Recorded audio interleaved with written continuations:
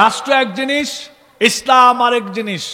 রাষ্ট্রের সাথে ইসলামের কোনো সম্পর্ক নাই, এইরকম কথা জাতীয় পর্যায়ের অনেক ব্যক্তিবর্গরা বলে থাকেন, অনেক রাজনৈতিক ব্যক্তিরা এই কথা বলে থাকেন। পত্রপত্রিকা মিডিয়াতে অনেক সময় আমরা দেখেছি এবং শুনেছি। শুনেন নাই আপনারা? কারা কারা শুনছেন দেখি তো এরকম একটা কথা? ওই তো মাশাআল্লাহ, অনেকে শুনছে, আলহামদুলিল্লাহ, সাক্ষী পেয়ে গেলাম। আমরা এখন আলোচনা করব রাষ্ট্রের সাথে ইসলামের সম্পর্ক আছে কি নাই। ইসলাম কি আলাদা, রাষ্ট্র কি আলাদা, নাকি রাষ্ট্রের কথা ইসলামে আছে? কোরআন হাদিসকে সামনে রেখে এখন আমরা পয়েন্টটা জানার চেষ্টা করব। আমরা আরেকটা বিষয় বলে নেই, যেই সমস্ত রাজনীতিবিদ, বুদ্ধিজীবী, জাতীয় পর্যায়ের যেই সমস্ত ব্যক্তিবর্গরা এই সমস্ত কথা বলেন, আমি বিশ্বাস করি ওনারা না জানার কারণে বলেন, আমি বিশ্বাস করি ওনারা না বুঝার কারণে বলেন। আমরা ওনাদেরকে আঘাত করছি না, কষ্ট দেওয়ার জন্য বলতেছি না, আমরা বোঝানোর জন্য বলতেছি। আমরা বিশ্বাস করি এই ব্যাপারে আপনাদের জ্ঞান নাই, এই ব্যাপারে আপনারা জ্ঞান রাখেন না, এই বিষয়ে না জানার কারণে এরকম কথা আপনারা বলে থাকেন। আসুন আমরা চেষ্টা করি জানার ইসলামের সাথে রাষ্ট্রের কোনো সম্পর্ক আছে কি নাই। বুখারী শরীফের মধ্যে আছে, আল্লাহ নবী বললেন, আর রাজুলু রাইন ফি আহলিহি ওয়া মাসউলুন আন রাইয়াতিহি। আল্লাহ নবী বললেন, শোনো, তোমরা যারা ঈমানদার পুরুষ, তোমরা তোমাদের নিজেদের দায়িত্বশীল, আল্লাহ তাআলা তোমাদেরকে তোমাদের দায়িত্ব সম্পর্কে পরকালীন জীবনে জিজ্ঞাসাবাদ করবেন। একজন ব্যক্তি যখন বিয়ে করে স্বামী হয়, নবীর বক্তব্য হলো, তুমি যখন বিয়ে করে স্বামী হবা তখন তোমার দায়িত্ব বেড়ে গেল, জবাবদিহিতাও বেড়ে গেল। প্রথমে আল্লাহ তোমাকে তোমার সম্পর্কে জিজ্ঞাসাবাদ করবেন, দ্বিতীয়ত আল্লাহ তাআলা তোমাকে স্বামী হিসেবে আবার জিজ্ঞাসাবাদ করবেন।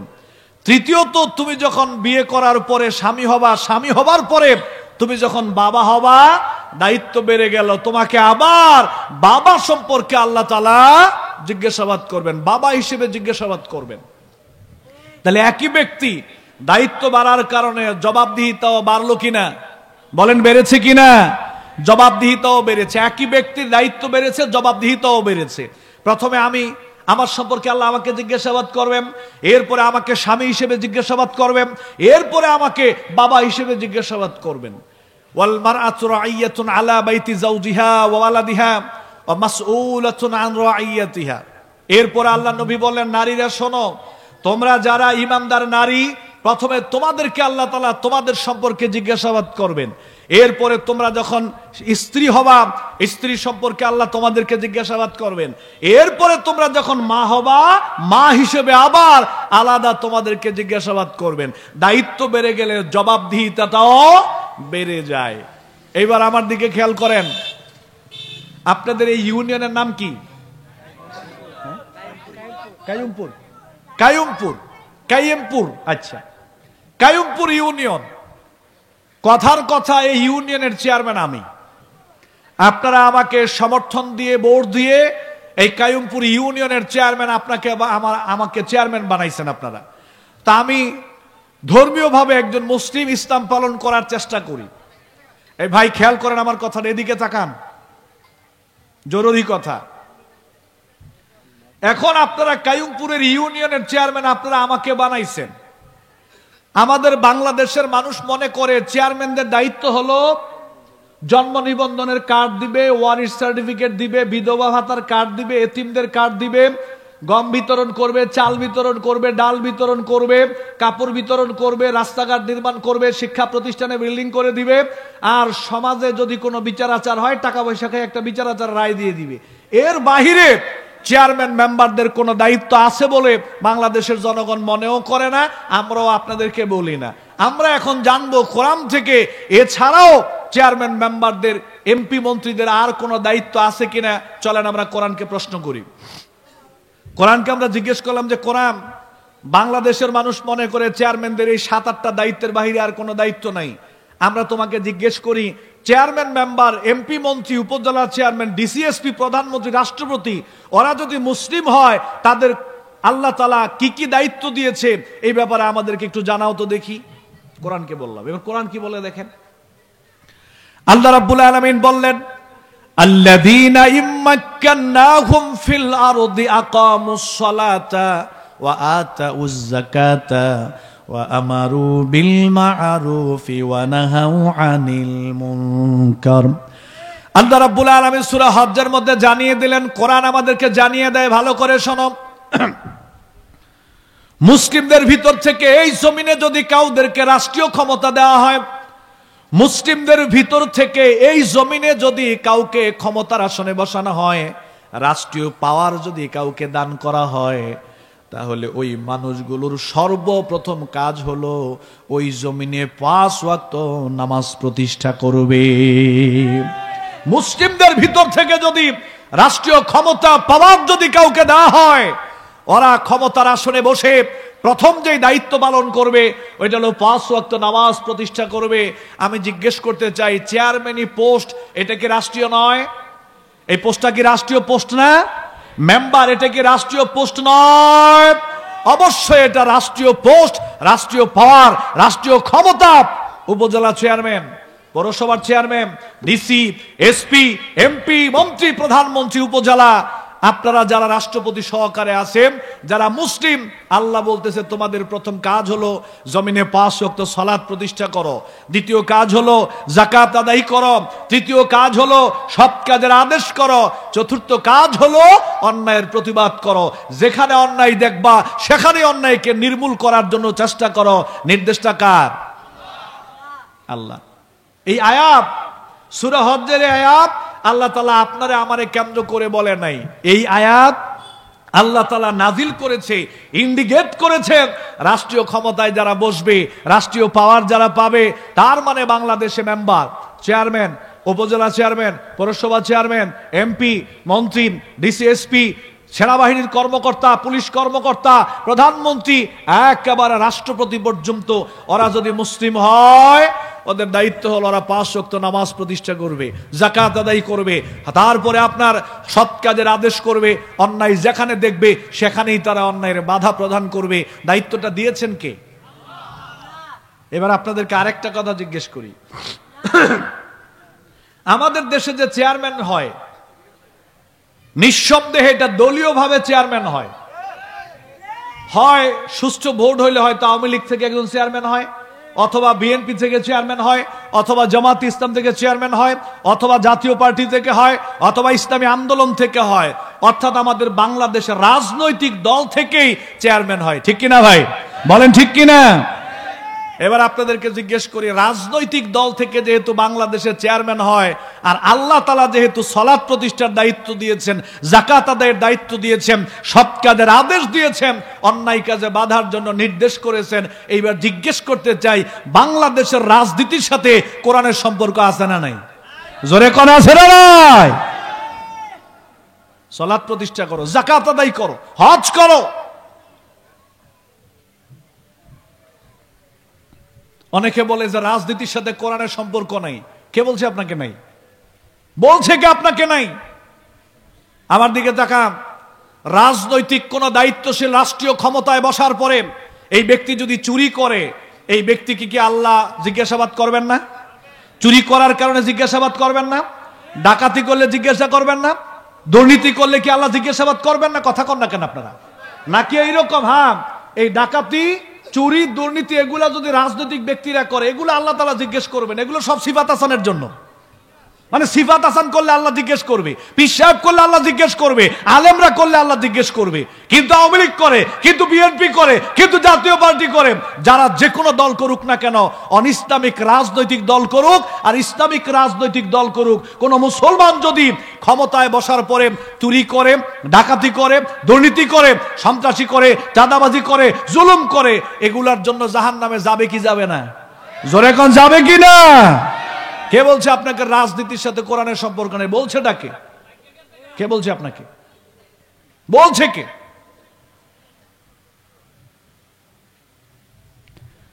এই জন্য আল্লাহ তাআলা বলল, যেখানে অন্যায় দেখবা, অন্যায় কাজের প্রতিবাদ করবা। খেয়াল করেন, এই পয়েন্টে জরুরি কথা, এই পয়েন্টে জরুরি কথা। অন্যায়ের প্রতিবাদের সাথে ক্ষমতা জড়িত, সামর্থ্য জড়িত। সমাজ থেকে যদি অন্যায় দূর করতে চাই, তাহলে মৌলিকভাবে দায়িত্ব পালন করতে হবে। যারা রাষ্ট্রীয় ক্ষমতায়, পাওয়ারে আছে, এদেরকে দায়িত্ব পালন করতে হবে। শুধু ওয়াজ দিয়া, সমাজ থেকে অন্যায় দূর করা সম্ভব নয়। আমি জিজ্ঞেস করতে চাই আপনাদেরকে, বর্তমান বাংলাদেশে অন্যান্য সময়ের তুলনায় ওয়াজ মাহফিলের সংখ্যা কম না বেশি? জোরে কোন, কম না বেশি? আহলে হাদিসের লোকজনের সংখ্যা বেড়েছে, জামাতে ইসলামের লোকজনের সংখ্যা বেড়েছে, চরমনাই পীর সাহেবের মুরিদদের সংখ্যা বেড়েছে, তারপরে তাবলীগের লোকজন বেড়েছে, সুন্নি ভাইদের লোকজনের সংখ্যা বেড়েছে। আওয়াজ দিয়া বলেন, বর্তমান সময়ে সমাজে নেশা বাড়ছে না কমছে? চুরি বাড়ছে না কমছে? দুর্নীতি বেড়েছে না কমেছে? চাঁদাবাজি বেড়েছে না কমেছে? সন্ত্রাসী বাড়ছে না কমছে? ঘুষ খাওয়া বাড়ছে না কমছে? সব বেড়েছে। মোটা দাগে বড় বড় অন্যায় সব কিছু বেড়েছে। ওয়াজ মাহফিলও বেড়েছে, অন্যায়ও বেড়েছে। কেন বাড়লো? ওয়াজ মাহফিল বাড়ার পরে তো অন্যায় কমার কথা, বাড়লো কেন? বাড়ার কারণ হলো, শুধু ওয়াজ দিয়া সমাজ পরিবর্তন হবে না, শুধু খুতবা দিয়া সমাজ থেকে অন্যায় দূর হবে না। কেন দূর হবে না শোনেন, আমার দিকে তাকান। এই কসবার কোন একটা জায়গার ঘটনা বলি, আমি নাম নেব না। আজ থেকে ৩-৪ বছর আগে কসবার কোন একটা জায়গায় আমি একটা মাহফিল করেছি, নাম নেব না, কাউকে ছোট করে বলবো না। মাহফিলে আমি আর আমার আরেকজন আলোচক ছিল, তিনি প্রধান বক্তা ছিলেন। আমরা একটা জায়গায় বসে খাওয়া দাওয়া করতেছি। তো ওই সময় আপনাদের ইউনিয়নের চেয়ারম্যান সাহেব ঢুকেছে, প্রধান অতিথি ছিল। যুবকরা বলল যে হুজুর আজকে আমাদের প্রোগ্রামের প্রধান অতিথি, সালাম বিনিময় করে কথাবার্তা বললাম। একটা পর্যায়ে বলল, হুজুর আমার জন্য একটু দোয়া করবেন, আমি আমার ইউনিয়নকে মাদক মুক্ত করার জন্য সংগ্রাম চালাচ্ছি, লড়াই করতেছি, যুবকদেরকে নিয়ে আমি অনেক দূর এগিয়ে গিয়েছি, হুজুর আমার জন্য একটু দোয়া করবেন, যে কোনো মূল্যে আমি আমার ইউনিয়নকে মাদক মুক্ত করে ছাড়ব। ওয়াল্লাহে ওয়াল্লাহে আমি চিন্তা করলাম যে এইরকম ভালো চেয়ারম্যান তো বাংলাদেশে পাওয়া কঠিন। কত জায়গায় বাংলাদেশের গেলাম, এরকম ভালো চেয়ারম্যান তো নজরে পড়ে নাই। মন থেকে লোকটার জন্য দোয়া করলাম, বিদায় নিয়ে চলে গেল। 3 দিন পরে ওই এলাকার পাশের এলাকায় আমি আবার একা মাহফিলে আসছি। এই পূর্বের মাহফিল থেকে 3-4 জন যুবক ওই মাহফিলে গিয়েছে। গিয়ে সালাম বিনিময় করলাম, কথাবার্তা বললাম। এক পর্যায়ে জিজ্ঞেস করতেছে, হুজুর আমাদের চেয়ারম্যান সাহেবের কথা মনে আসেনি? আমি বললাম যে হ্যাঁ, আপনাদের চেয়ারম্যান সাহেব তো অনেক ভালো মানুষ, এইরকম চেয়ারম্যান তো আমার জীবনে আমি দেখি নাই। উনি মাদক মুক্ত সমাজ গঠন করার জন্য, মাদক মুক্ত ইউনিয়ন গঠন করার জন্য উনি চেষ্টা করতেছে, সংগ্রাম করতেছে, আপনাদেরকে নিয়ে নাকি অনেক দূর এগিয়েও গিয়েছে, এরকম চেয়ারম্যান তো আমার নজরে পড়ে নাই। যুবকরা বলল যে হুজুর আমাদের ইউনিয়নে মাদকের ডিলার হইল আমগো চেয়ারম্যান। হ্যাঁ, আমাদের ইউনিয়নে মাদকের ডিলার হইল আমগো চেয়ারম্যান। আমার মাথার মধ্যে মনে হয় যে আসমান ভাঙা পড়ছে। আমি বললাম যে ওরা বলে কি এটা? চেয়ারম্যান আমার এত সুন্দর করে বলল, দোয়াও করলাম। যুবকরা বলল যে হুজুর পুরো ইউনিয়নে তার অধীনে মাদকের সাপ্লাই হয়, বড়ি, বাবা, ইয়াব্বা, গাঞ্জা, হেরোইন, ফ্যান্সিডিল, সন্ত্রাসী, পুরোটা ইউনিয়ন সে তছনছ করে জ্বালায় ফেলতেছে আমাদেরকে। আর মাহফিলে গিয়ে বলে, প্রিয় ভাই সব, যে কোনো মূল্যে মাদক মুক্ত সমাজ গঠন করতে চাই, আমাদেরকে আপনারা সহযোগিতা করবেন। হুজুর ইউনিয়নে মাদকের চাষ করে আমগো চেয়ারম্যান। পরবর্তীতে বাংলাদেশের যে কোনো জায়গায় মাহফিলে গিয়েছি, প্রায় এলাকায় আমি জিজ্ঞেস করতাম যে ভাই আপনাদের এলাকায় কি নেশা আছে? লোকজন বলতো হুজুর মাদকে ভরে গেছে, ছোট ছোট পোলাপান নেশা করে, ওরা কারো কথা শোনে না, মুরব্বীদেরকে মানে না। হুজুর আমরাও কথা বলতে পারি না। জিজ্ঞেস করলাম যে ভাই নেশা ছড়াইলো কেমনে? যুবকরা বলল, হুজুর ভয়ে ভয়ে বলি না, ভয় করে, তারপরেও আপনি জিজ্ঞেস করছেন বলি। রাজনৈতিক ক্ষমতাশীল ব্যক্তি যারা, তাদের ছত্রছায়ায় গ্রামে গঞ্জে মহল্লায় মহল্লায় নেশা ঢুকে গেছে, এরা নেশা চাষ করে।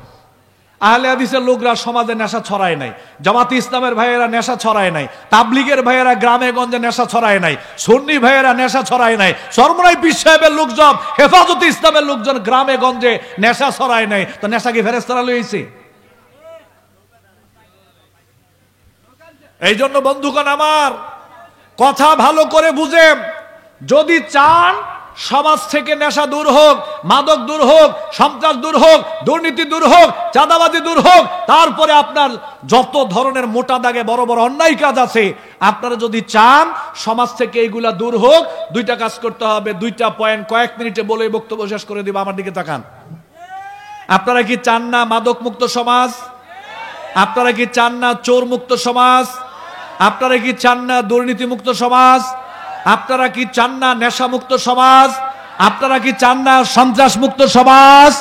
চান কি চান না? দুইটা পদ্ধতি বলে বক্তব্য শেষ করে দিব।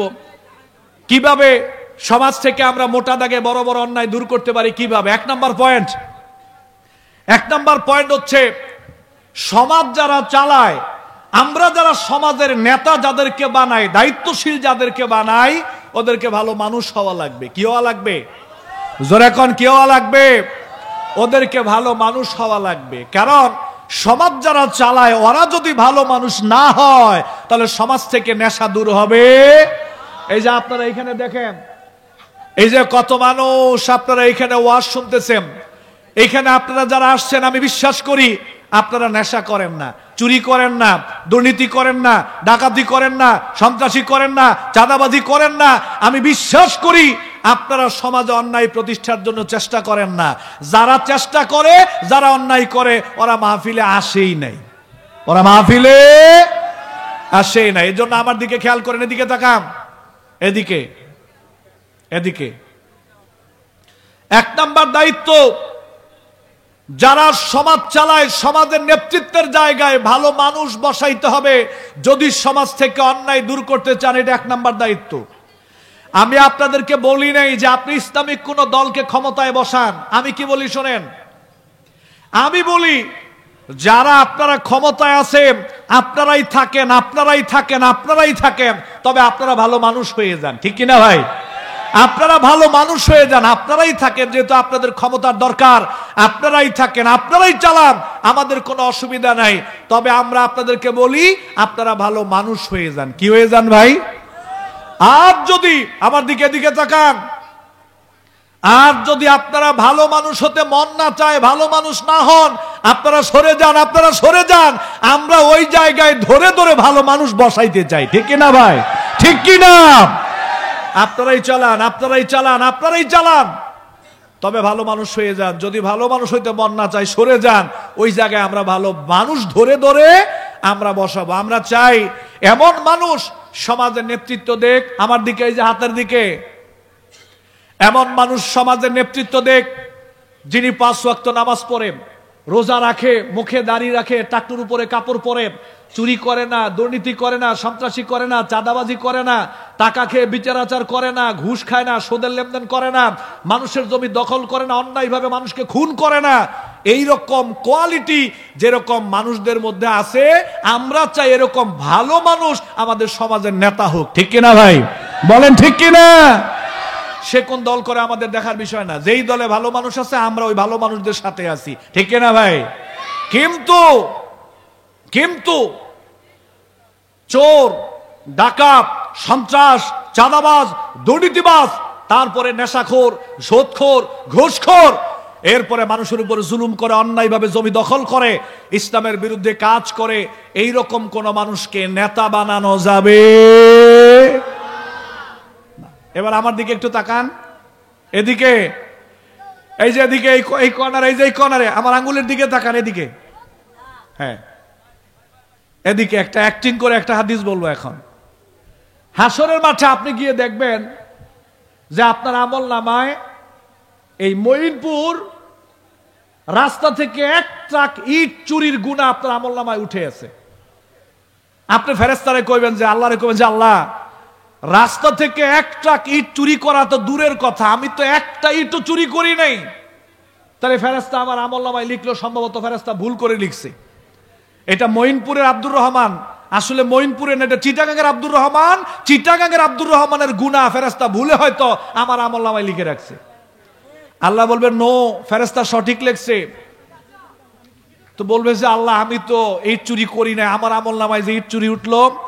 আল্লাহ তাআলা বলবে, তুমি ইট চুরি করো না, এই কথা সত্য, কিন্তু এমন ব্যক্তিরে তুমি সমর্থন করে নেতা বানাইছো, তুমি জানো যে ও ক্ষমতায় গেলে ইট চুরি করবে, এটা জানার পরেও সমর্থন দিয়ে তুমি তারে নেতা বানাইছো।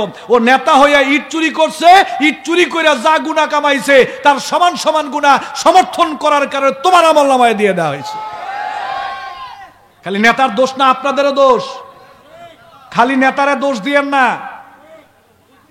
তুমি জানো নেতা সাহেব ক্ষমতায় গেলে ইট চুরি করবে, গম চুরি করবে, এটা জানার পরেও তুমি নেতা সাহেবরা সমর্থন করেছো, এই জন্য তুমি ক্ষমতায় নেতা সাহেব যাওয়ার পরে ইট চুরি করে যা গুনাহ কামাইছে তোমার আমলনামায় তার সমান সমান গুনাহ লিখে দেওয়া হয়েছে। লা ইয়ানকুসু যালিক মিন আসামিহিম শাইআ। নবী বলছে এতে করে কারো কোনো গুনাহের কোনো কমতি হবে না।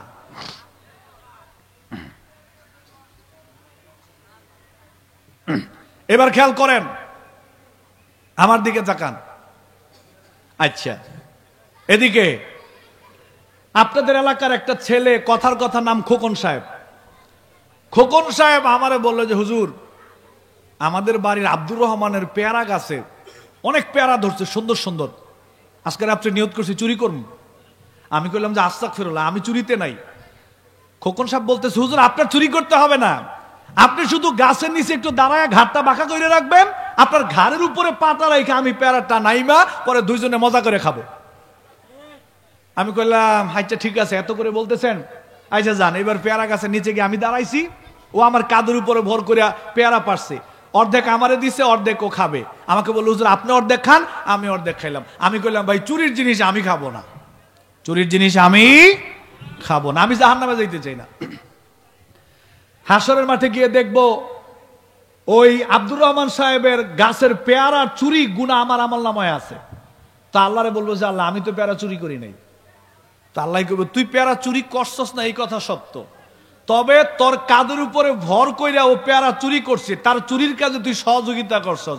ও চুরি কইরা পেয়ারা খাইয়া যে গুনাহ পাইছে, তোর কাঁধে ভর কইরা পেয়ারা চুরি করছে, তুই সহযোগিতা করছস, তার সমান গুনাহ তোর আমলনামায় দেওয়া হয়েছে। ঠিক কি না? নগণ একবারে সাধু সাইজেন না। আজকে দুর্নীতির বিরুদ্ধে কথা বলেন, চুরির বিরুদ্ধে কথা বলেন, সন্ত্রাসের বিরুদ্ধে কথা বলেন। কেন আপনি কি জানেন না কারা ভালো কারা মন্দ, কে ক্ষমতায় গেলে চুরি করবে, কারা ভালোভাবে চালাইবে? এটা জানা যায় কি যায় না? চোখের সামনে সবকিছু বোঝা যায়। এরপরেও দেখা যায় আগের দিন রাত্রে যদি একটা লুঙ্গি ধরাইয়া দেওয়া যায়, একটা শাড়ি কাপড় দেওয়া যায়, বাঙালি সব ভুলে যায়। এর নাম বাঙালি। এর নাম কি? বাঙালি। আজব এক দেশ বাংলাদেশ। 10 টাকা দিয়ে মানুষের আমানত কিনা যায়, সিগারেট দিয়ে মানুষের আমানত কিনা যায়।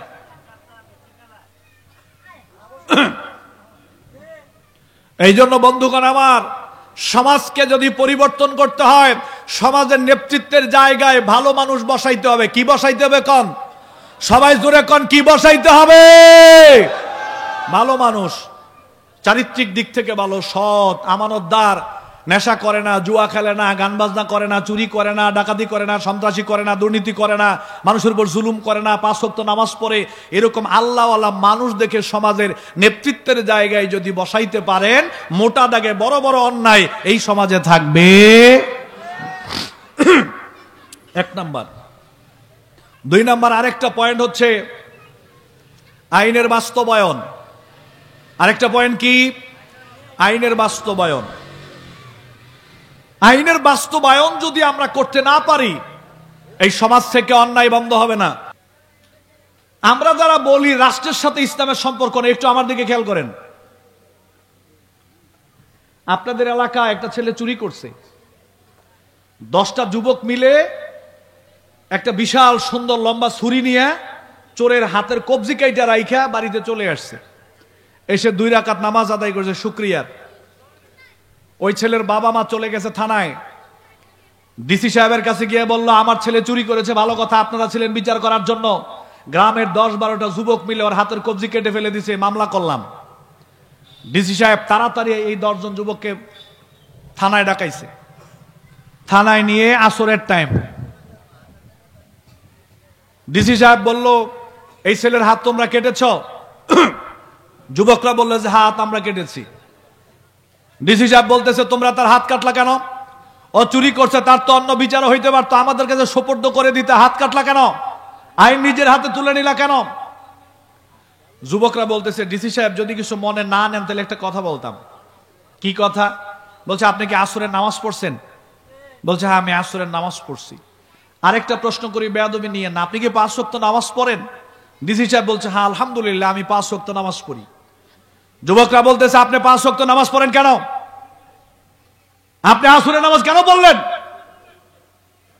ডিসি সাহেব বলতেছে, আরে গাধা বেকুব কোথাকার, এই যে দেখো আল্লাহ তাআলা কোরআনুল কারীমের কত জায়গায় 5 ওয়াক্ত নামাজ পড়ার কথা বলছে, আর ও আমারে জিজ্ঞেস করে আমি নামাজ পড়ি কেন। আল্লাহ কোরআনে বলছে 5 ওয়াক্ত নামাজ পড়ার জন্য, এই জন্য আমি নামাজ পড়ি। কতটা বেকুব তোমরা হলে আমারে জিজ্ঞেস করতে পারো আমি নামাজ পড়ি কেন। তো যুবকরা বলল, ডিসি সাহেব কোরআনটা আমার কাছে দেন। কোরআনটা দিছে, কোরআনটা খুইলা বলতেছে, এই দেখেন আল্লাহ তাআলা কোরআনে বলছে যদি কোনো পুরুষ বা নারী চুরি করে তার হাত কেটে দাও। আপনি যেই কোরআন দিয়ে 5 ওয়াক্ত নামাজের দলিল দিলেন, ওই কোরআন দিয়ে আমরা আপনাকে বলতেছি আল্লাহ বলছে চুরি করলে হাত কেটে দাও, কোরআন দিয়ে আমরা তার হাত কেটে রেখে আসছি।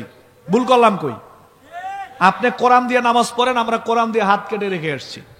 কোরআনের দলিল আছে, আস-সারিকু ওয়াস-সারিকাতু ফাকতাউ আইদিয়াহুমা জাযাআম বিমা কাসাবা নাকালাম মিনাল্লাহ। চুরি করলে হাত কেটে দাও, হোক সে নারী বা পুরুষ, হাত কেটে দাও। নির্দেশটা কার? চিল্লায় কোন নির্দেশটা কার? এইবার ডিসি সাহেব বলতেছে, আরে বেকুব কোথাকার, 5 ওয়াক্ত নামাজ পড়া এটা তো ব্যক্তিগত ইবাদত, আর চুরি করলে হাত কাটো এটা তো আল্লাহ জনগণকে বলেন নাই, এটা আল্লাহ তাআলা রাষ্ট্রকে উদ্দেশ্য করে বলেছেন, এটা তো রাষ্ট্রের দায়িত্ব। তো যুবকরা জিজ্ঞেস করলো যে ডিসি সাহেব সত্যি কি এটা রাষ্ট্রের দায়িত্ব?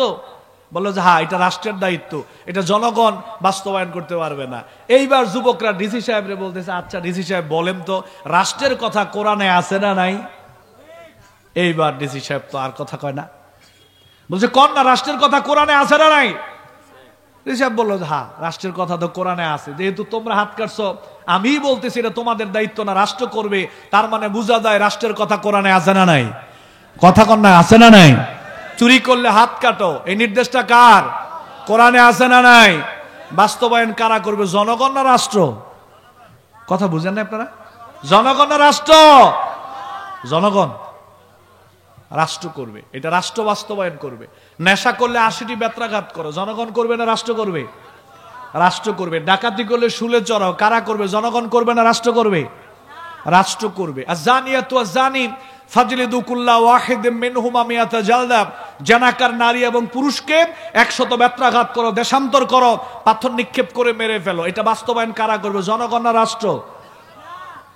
ইয়া আইয়ুহাল্লাযীনা আমানু কুতিবা আলাইকুমুল কিসাসু ফিল কাতলা আল হুররু বিল হুররি ওয়াল আবদু বিল আবদি ওয়াল উনসা বিল উনসা।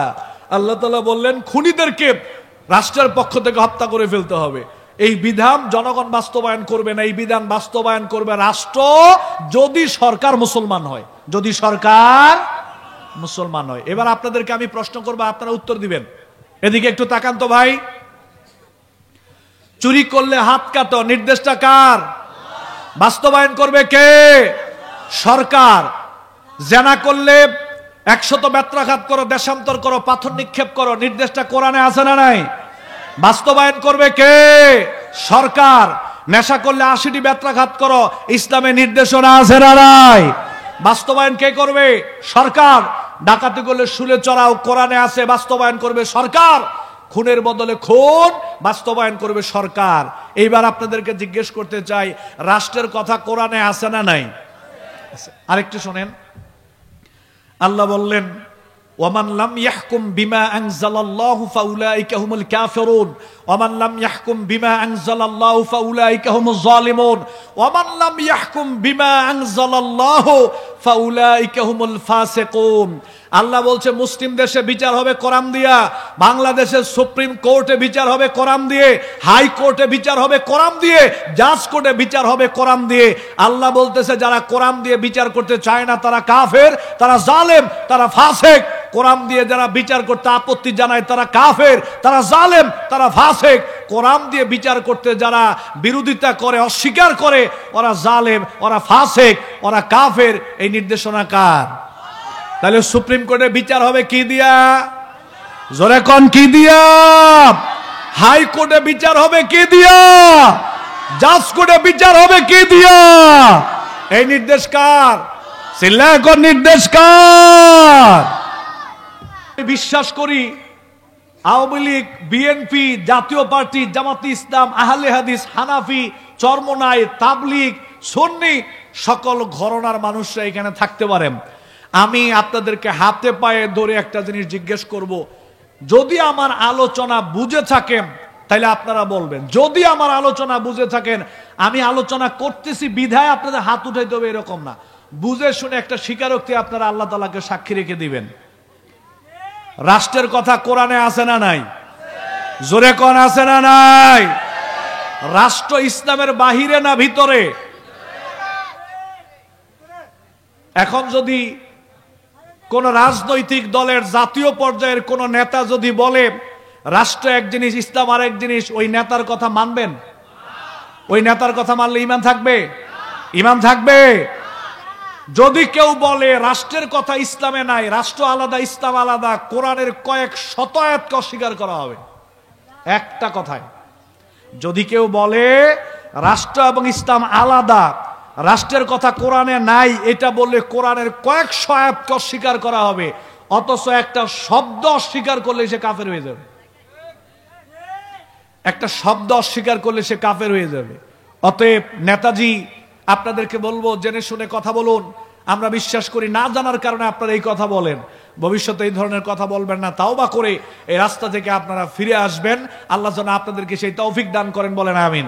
এবার আপনারা হাত উঠান, আমি একটা জিনিস মুখস্থ করাবো, হাত উঠান, কষ্ট নিয়েন না। আমি তাকবীর দেব, একটা জিনিস মুখস্থ করাবো, এই জন্য হাত উঠাইলাম। লিল্লাহে তাকবীর, লিল্লাহে তাকবীর। কোরআন সুন্নাহর আলো, এই যে এটা সংস্কার করবো এই জন্য হাত উঠাইছি, না হয় নাই, নো সংসদেও না, খালি সংসদের কথা বললে হবে না। আমি বলতেছি কোরআন সুন্নাহর আলো জীবনের সব জায়গায় জ্বালো। কোরআন সুন্নাহর আলো জীবনের সব জায়গায়, শুধু সংসদে জ্বাললেও হবে না, শুধু ঘরে ঘরে জ্বাললেও হবে না, টয়লেটে জ্বালার দরকার আছে না নাই? কলেজে জ্বালার দরকার আছে না নাই? কোরআন সুন্নাহর আলো, আবারও বলে ঘরে ঘরে, জীবনের সব জায়গায় জ্বালো, জীবনের সব জায়গায় জ্বালো। কোরআন সুন্নাহর আলো, ভালো মানুষ যেখানে, ভালো নেতা যেখানে, নামাজি নেতা যেখানে, দুর্নীতি যেখানে, সন্ত্রাস যেখানে, চাঁদাবাজ যেখানে, জুলুম আছে যেখানে, আয়নাঘর যেখানে, দাড়িওয়ালা যেখানে, আল্লাহওয়ালা যেখানে, নামাজি নেতা যেখানে, ভালো নেতা যেখানে, ইসলামী দল যেখানে, আলেম ওলামা যেখানে, নাস্তিকরা যেখানে, ইসলাম বিরোধী যেখানে, লিল্লাহে তাকবীর। মন থাকবে তো কথা? মন থাকবে তো? এই ভালো মানুষ যে কোনো দলে থাকতে পারে, এই ভালো মানুষ যে কোনো দলে থাকতে পারে। তার মানে যারা ভালো মানুষ আমরা তাদের সাথে আছি, যেখানে ভালো মানুষ আছে আমরা তাদের সাথে আছি, যেই দলে ভালো মানুষ আছে আমরা তাদের সাথে আছি। দেখেন, একটু খেয়াল করেন, আমি অত্যন্ত গুরুত্বপূর্ণ একটা পয়েন্ট এখন টানতেছি। ডিসেম্বর মাসের সম্ভবত 18 বা 20 তারিখের দিকে আমি শরীয়তপুরে একটা মাহফিলে গিয়েছি। তো পদ্মা সেতুতে যখন যাব, টোল দিচ্ছি, তা গাড়ির মধ্যে আমরা 4 জন, বাকি 2 জন যুবক বলল যে ভাই চলেন পদ্মা সেতুতে ব্রিজে দাঁড়ায় একটা ছবি উঠাই। তা আমি বললাম তো এখানে তো ছবি ওঠানো নিষেধ, প্রশাসন দেখলে তো ঝামেলা হবে। তো বলতেছে এখন প্রশাসন কই থেকে দেখবে, রাত্রের বেলায়, চলেন একটা ছবি উঠাই। তো বিসমিল্লাহ করে গাড়ি থেকে নেমে একটা পোস্ট নিলাম, ছবি উঠাবো, তো একটা পোস্ট ধরলাম। তো গাড়ি থেকে নেমে আগে ডানে বামে তাকায় দেখলাম যে প্রশাসনের ভাইরা আছে কিনা, দেখলাম যে কেউ নাই। তো মোটামুটি একটু ভাবসাব লইয়া দাঁড়াইলাম, পোস্ট ধরলাম। যেই মোটামুটি পোস্টটা রেডি হয়েছে, একটা মুস্কি হাসি দিমো, এই মুহূর্তে ডান দিক থেকে বলতেছে আয়, ডানে তাকায় দেখি যে পুলিশের গাড়ি। কইলাম যে কপাল খারাপ, ছবি আজকে উঠানো হবে না, দ্রুত গাড়িতে উঠে গেলাম, ছবি আর উঠাইতে পারলাম না। গাড়িতে উঠে চিন্তা করলাম, আল্লাহু আকবার, একটা পদ্মা সেতু ইয়াং জেনারেশনের আগ্রহের একটা জায়গা। পদ্মা সেতুতে ছবি উঠানো ইয়াং জেনারেশনের একটা আগ্রহের জায়গা, সবাই ছবি উঠাতে চায়। কিন্তু ছোট্ট একটা আইন আছে, এই পদ্মা সেতুতে কেউ ছবি উঠাতে পারবে না। ছোট্ট একটা আইন।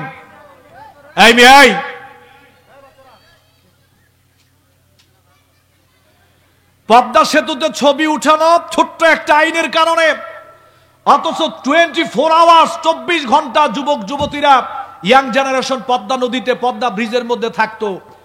কিন্তু ছোট্ট একটা আইন করার কারণে পদ্মা ব্রিজের মধ্যে কেউ ছবি উঠাইতে যায় না। পদ্মা ব্রিজ একবারে নিরাপদ সুন্দর থাকে। আমি গাড়িতে উঠে চিন্তা করলাম যে আল্লাহ, এই পদ্মা সেতু যদি আইনের কারণে এরকম নিরাপদ থাকতে পারে, যুবকরা আগ্রহের জায়গা তাও যায় না, এই দেশে যদি কোরআনের আইনগুলো বাস্তবায়ন থাকতো তাহলে পদ্মা সেতুর মতো বাংলাদেশটাও নিরাপদ থাকতো। ঠিক কিনা ভাই? চোরের বিরুদ্ধে যদি আইন পাস থাকতো, জেনার বিরুদ্ধে আইন পাস থাকতো, দুর্নীতির বিরুদ্ধে আইন পাস থাকতো, তারপরে আপনার এই গান বাজনার বিরুদ্ধে আইন পাস থাকতো, সুদ ঘুষের বিরুদ্ধে আইন পাস থাকতো, দুর্নীতির বিরুদ্ধে, চাঁদাবাজির বিরুদ্ধে আইন পাস থাকতো, খুনিদের বিরুদ্ধে আইন পাস থাকতো, যারা মানুষদেরকে আয়না ঘরে জুলুম করেছে, মানুষদেরকে নিহত করেছে, নিরপরাধ মানুষগুলোকে যারা হত্যা করেছে, যদি আইন থাকতো ওদেরকে ধরে ধরে ফাঁসির কাস্টে ঝুলানো হতো। ঠিক কিনা? কত বড় অমানুষ, কত বড় অমানুষ! পৃথিবীর ইতিহাসে নমরুদ ফেরাউনকে হার মানিয়েছে আয়নাঘরের দৃষ্টান্তগুলো। পৃথিবীর ইতিহাস হার মানিয়েছে বাংলাদেশের আয়নাঘরের হৃদয় বিদারক যেই ঘটনা, মর্মান্তিক যেই জুলুম এই বাংলাদেশের নিরপরাধ মানুষগুলোর উপরে করা হয়েছে। আল্লাহ ছাড় দিবেন না, আল্লাহ ধরবেন। এক সময় আল্লাহকে বলতাম যে আল্লাহ, জালেমদের পতন কিভাবে একটু দেখায়েন। এটা প্রায় সময় আল্লাহর কাছে দোয়া করতাম, দোয়া একটা কবুল হয়েছে। এখন শুধু আল্লাহরে বলি যে আল্লাহ, এত মানুষের উপরে জুলুম করছে, জালেমের বিচার কেমনে হয় এটা একটু দেখায়েন। জালেমদের বিচার কিভাবে হয় এটা একটু দেখায়েন।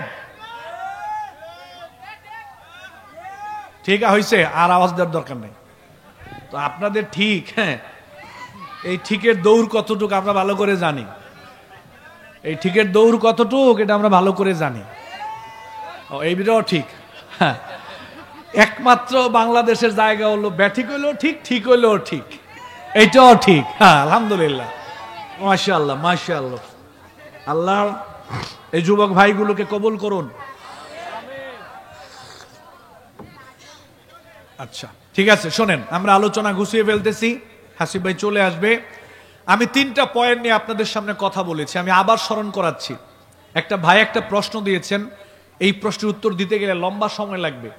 এই প্রশ্নের উত্তরটা লম্বা সময় দিতে হবে। আমি নিয়ে গেলাম, আমার কাছে উত্তরটা আছে, অটোমেটিক্যালি উত্তরটা আছে। তারপরে ইউটিউবে আপনি এই প্রশ্ন উত্তরটা পাইবেন। আমাকে যেভাবে দিচ্ছেন এটা ইউটিউবে লিখবেন, দেখবেন ডক্টর জাকির নায়েকের উত্তর আসবে, এরপরে আমাদের এই শেখ আহমদুল্লাহ ভাইয়ের উত্তর আসবে, ডক্টর মঞ্জুরুল্লাহ সাহেবের প্রশ্ন উত্তর আমি শুনেছি।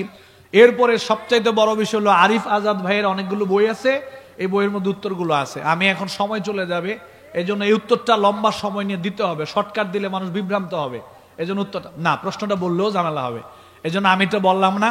প্রশ্নটা আমার আলোচনার সাথে প্রাসঙ্গিক, কিন্তু শিক্ষণীয় বলতে গেলে সময় লাগবে, অর্ধেক বললে আবার উল্টা বুঝবেন, এই জন্য এটা আমি বললাম না। আচ্ছা, 3টা পয়েন্ট আলোচনা করেছি। 1, আগামীকালকে বিশ্ব বেহায়া দিবস পালন করা যাবে? আল্লাহর সাথে ওয়াদা করেছেন যে পালন করবেন না।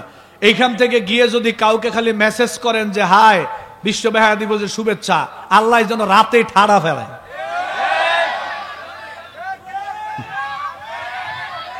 কেউ যদি এখান থেকে গিয়ে রাত্রে গার্লফ্রেন্ড বয়ফ্রেন্ড কাউকে যদি খালি মেসেজ করে ভালোবাসা দিবসের শুভেচ্ছা, আল্লাহ আপনি ঠাড়া ফেলায়েন।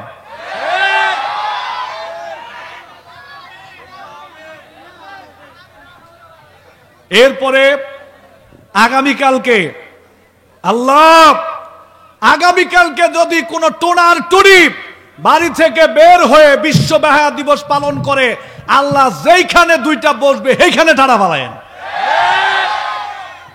দেখি বাইর হয় কেমনে, দেখি বের হয় কেমনে। যেইখানে আল্লাহর বললাম ওইখানে আল্লাহ ঠাড়া ফেলাইবেন, যেখানে বসবে, যেখানে রিক্সায় উঠলে রিক্সার উপরে ঠাড়া ফেলাইবেন। তবে রিক্সার জন্য ক্ষতি না হয়, রিক্সা আল্লাহর তো দোষ নাই। আল্লাহ আপনি মাফ করেন। আল্লাহ আমাদেরকে হেদায়েত দান করেন। আল্লাহ অপসংস্কৃতি পালন থেকে আমার যুবক ভাইদেরকে হেফাজত করেন। আল্লাহ আমার কলিজার টুকরা ভাইগুলোকে আপনি ইসলামের জন্য কবুল করেন। আল্লাহ আমাদের মা বোনদেরকে অপসংস্কৃতি থেকে বিরত থাকার তৌফিক দেন। দ্বিতীয় পয়েন্ট হচ্ছে খাঁটি মুসলিম হতে হবে। খাঁটি মুসলিম হওয়ার জন্য আমাদের যা কিছু করা দরকার, আমাদের চিন্তার দিক থেকে, চেতনার দিক থেকে আমরা খাঁটি ইমানদার হব, খাঁটি মুসলিম হব। এরপরে আমরা আমাদের বাঙালি পরিচয় নিয়ে আমরা গৌরব বোধ করি, বাংলাদেশি পরিচয় নিয়ে আমরা গৌরব বোধ করি, আমাদের বাংলাদেশ নিয়ে কি আমরা গৌরব বোধ করি। আমাদের সোনার বাংলা আমাদের ভালোবাসার জায়গা, আমাদের প্রাণের জায়গা, আমাদের হৃদয়ের জায়গা, আমাদের কলিজার জায়গা। আমরা স্বাধীনতা নিয়ে গৌরব বোধ করি, আমরা মুক্তিযোদ্ধাদেরকে নিয়ে গৌরব বোধ করি। তবে সবচাইতে বেশি গৌরব বোধ করি আমার ইমান নিয়ে। কি নিয়ে? ইমান নিয়ে, মুসলমানিত্ব নিয়ে। এই ইমান এবং মুসলমানিত্ব এটা কোনোভাবে বিলীন করে দেয়া যাবে না। সর্বশেষ আমি আলোচনা করেছি রাষ্ট্র এবং ইসলামকে অনেকে আলাদা করতে চায়। আমরা কোরআন থেকে বোঝানোর চেষ্টা করেছি রাষ্ট্র এবং ইসলাম আলাদা নয়। ইসলাম কথা বলেছে ব্যক্তি জীবন নিয়ে, ইসলাম কথা বলেছে পারিবারিক জীবন নিয়ে, ইসলাম কথা বলেছে সামাজিক জীবন নিয়ে, ইসলাম কথা বলেছে রাষ্ট্রীয় জীবন নিয়ে। যদি কোরআন সুন্নাহর আলোকে আমরা সমাজ পরিচালনা করতে পারি, কোরআন সুন্নাহর আলোকে আমরা রাষ্ট্র পরিচালনা করতে পারি, জীবনের সব জায়গায় যদি কোরআন সুন্নাহর বিধানগুলো আমরা মেনে চলতে পারি, প্রতিষ্ঠিত করতে পারি, আমরা সবাই ভালো থাকব। শুধু আমরা ভালো থাকবো না, অমুসলিমরাও ভালো থাকবে। ঠিক কিনা ভাই? আপনি আওয়ামী লীগ করেন, বিএনপি করেন, জাতীয় পার্টি করেন, জামাত ইসলাম করেন, যে কোনো পরিচয় আপনি করেন না কেন, চাঁদা নেওয়ার সময় কিন্তু সবার থেকেই চাঁদা নেয়। ঠিক কিনা ভাই? দল করেও কিন্তু চাঁদা থেকে বেঁচে থাকা যায় না, চাঁদা দেওয়াই লাগে। দুর্নীতি সমানে চলে। একজন ব্যক্তির কথা শব্দাবরে স্মরণ করছি, আল্লামা দেলোয়ার হোসেন সাইদী রহমতুল্লাহি আলাইহি সংসদে দাঁড়িয়ে বলেছিলেন, মাননীয় স্পিকার, আমাদের মন্ত্রণালয়ে 600 কোটি টাকার কাজ হয়েছে, সিসি ক্যামেরা দিয়ে তন্ন তন্ন করে তালাশ করে খুঁজে দেখা হোক, যদি 10 টাকার দুর্নীতি কেউ প্রমাণ করতে পারে, সজ্ঞানে স্বেচ্ছায় সংসদ পদ থেকে আমরা পদত্যাগ করব। আজ পর্যন্ত 10 টাকার দুর্নীতি কেউ প্রমাণ করতে পারে নাই। আমরা চাই এই রকম দায়িত্বশীল যারা, এরা যেন আমাদের নেতা হয়। ঠিক কিনা ভাই? আমরা সৎ, আমানতদার, যোগ্য, আমরা এরকম দায়িত্বশীল আমরা চাই। সে চরমনায় না জামাত ইসলাম, না আলে হাদিস, না তাবলীগ, না হেফাজত, এগুলো আমরা দেখব না। ইসলাম আছে যেখানে, আমরা আছি সেখানে। ভালো মানুষ যেখানে, আমরা আছি যেখানে। সৎ মানুষ যেখানে, আমরা আছি সেখানে। ঠিক কিনা ভাই? বেশি দিন হয় নাই, কয়দিন হয়েছে মাত্র? আল্লাহু আকবার। 5 মাস 6 মাস হয়েছে। 5 মাস 6 মাস হয়েছে। এখনো নির্দিষ্ট কোন দল ক্ষমতায় আসে নাই। এখনো নির্দিষ্ট কোন দল ক্ষমতায় আসে নাই। তারপরেও নাকি কোন কোন দলের একজন ইউনিয়ন পর্যায়ের একজন নেতাও নাকি কোটি টাকার মালিক হয়ে গেছে।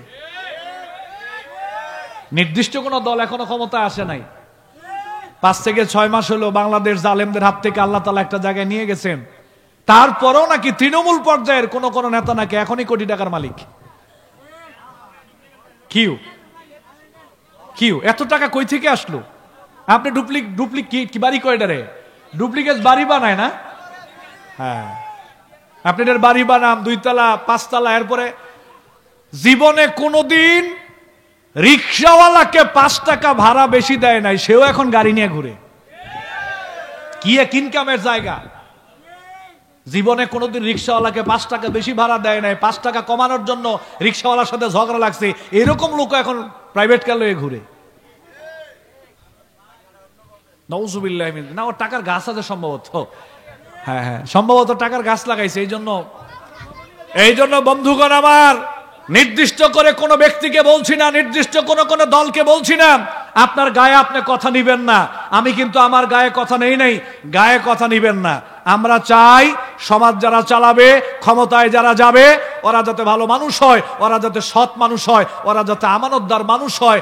আমরা চাই এরকম মানুষ ক্ষমতায় যাক। এ বিএনপি করুক, জামাত করুক, জাতীয় পার্টি করুক, যে কোনো দল করুক না কেন, ভালো মানুষ যেখানে, আমরা চাই ক্ষমতাও সেখানেই যাক। ঠিক কিনা ভাই?